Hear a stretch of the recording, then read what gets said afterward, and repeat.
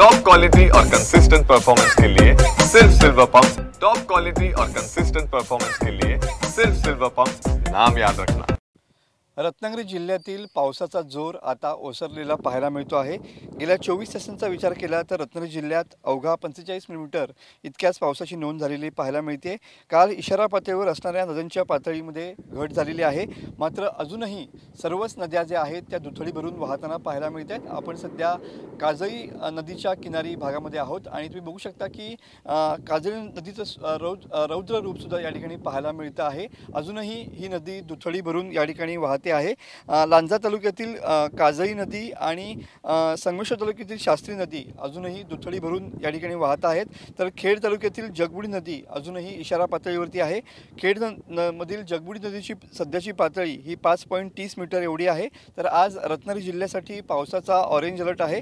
पहाटेपासूनच जिल्ह्यात पावसानं उघडीप घेतलेली आहे।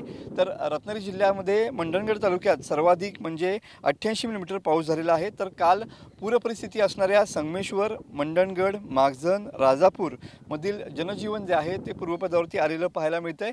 मात्र आज सकाळपासून पाऊस या ठिकाणी थांबलेला आहे।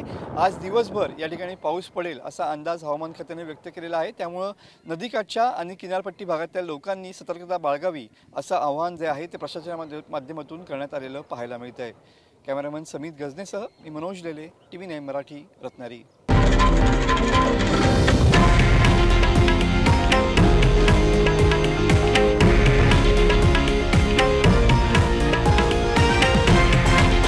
हे आहे देशातील नंबर 1 न्यूज नेटवर्क आणि आपण पाहत आहात TV9 मराठी, एकमेव।